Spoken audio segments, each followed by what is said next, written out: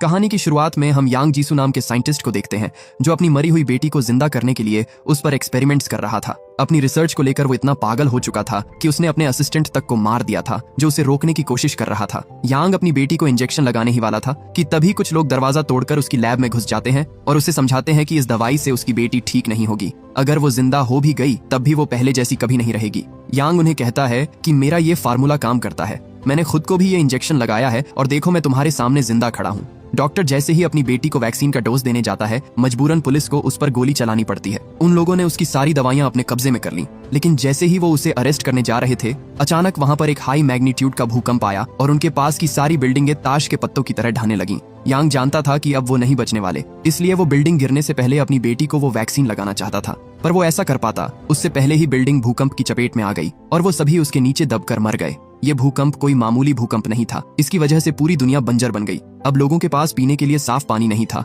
और सभी लोग साफ पानी के लिए सिर्फ बारिश पर निर्भर थे जो साल भर होने का नाम नहीं लेती थी। जो लोग इस भूकंप में बच गए उन्होंने अपने छोटे छोटे कैंप बना लिए थे और इन लोगों को जिंदा रहने के लिए हर दिन साफ पानी और खाने की तलाश में इधर उधर भटकना पड़ता था। हम यहाँ पर किम नाम के एक लड़के को देखते हैं जो आज शिकार के लिए किसी जानवर की तलाश कर रहा था। अपने कैंप से कुछ दूर आते ही उसे एक क्रोकोडाइल दिखाई दिया जो सूखे की वजह से बाहर निकल आया था। किम ने बिना देर किए उसे तीर मारा और उसके मरने का इंतजार करने लगा।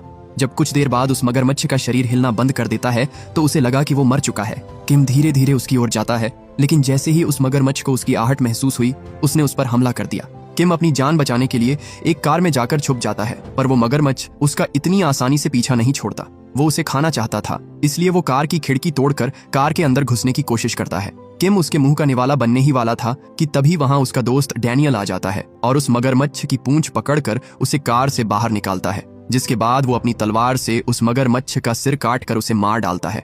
किम और डैनियल जो भूकंप से पहले एक दूसरे को जानते भी नहीं थे, अब वो एक दूसरे के बहुत अच्छे दोस्त बन गए थे।